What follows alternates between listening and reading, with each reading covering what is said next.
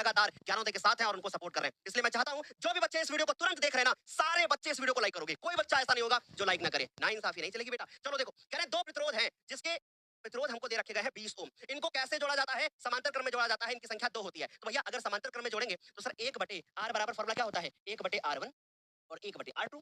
तो सर ये तो दोनों हमारे 20-20 हमको दे रखे गए हैं। यानी गुरुदेव 1 बटे r बराबर हमारे पास क्या आएगा? सर ये आएगा हमारे पास 2 बटा 20, यानी सर 1 बटा 10। यानी r की जो वैल्यू आ गई सर वो कितनी आ गई? वो आ गई 10 ओम।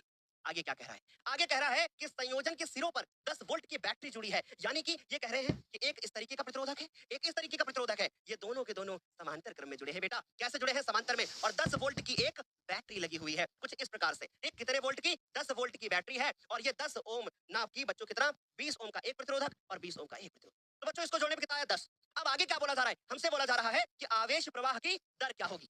ऐसा सवाल हमसे पूछा गया है। बच्चों देखो जरा ध्यान से, ठीक, कि यहाँ लिखा है कि आवेश प्रवाह की दर। मेरे बच्चों एक बार बताओ जल्दी से, आवेश प्रवाह की दर क्या होता है? क्या हम आवेश निकालेंगे? ना बाबा, ना ना ना ना ना। हमने एक परिभाषा पढ़ रखा है। क्या हमने परिभाषा पढ़ रखी है? लेवल देखो प्रश्नों का, प्रश्नों का लेवल देखो। यही प्रश्न पेपर में बनेंगे। धारा को हम क्या बोलते हैं? आवेश प्रवाह की दर। आवेश प्रवाह की दर। और बच्चों ऐसा ही एक सवाल 2025 में पूछा गया है, जहां पर पूछा गया है प्रति सेकंड प्रवाहित आवेशों की संख्या ज्ञात कर लो। और वैसे ही मैंने एक दूसरा सवाल बना दिया कि भैया आवेश प्रवाह की दर, क्योंकि एग्जामिनर भी सोच के पेपर बनाता है और हम भी सोच के सवाल पूछ रहे हैं। तो आवेश प्रवाह की दर यानी बच्चों किसके बारे में बात हो रही है? धारा के बारे में बात हो रही है। तो सर आर पता हो गया, तो सर अब हम क्या लिखेंगे? हम धारा लिखेंगे। धारा आई बराबर क्या होता है? वी बटे आर होता है। तो सर वी की वैल्यू हमको 10 दे रखी गई है और सर ये भी हमको 10 दे रखी गई है। आंसर क्या आएगा? 1 एम्पियर। लेकिन हम लोग इसका एक दूसरा मात्रक भी जानते हैं और वो क्या होता है? कूलाम पर सेकंड। क्या होता है? कूलाम पर सेकंड।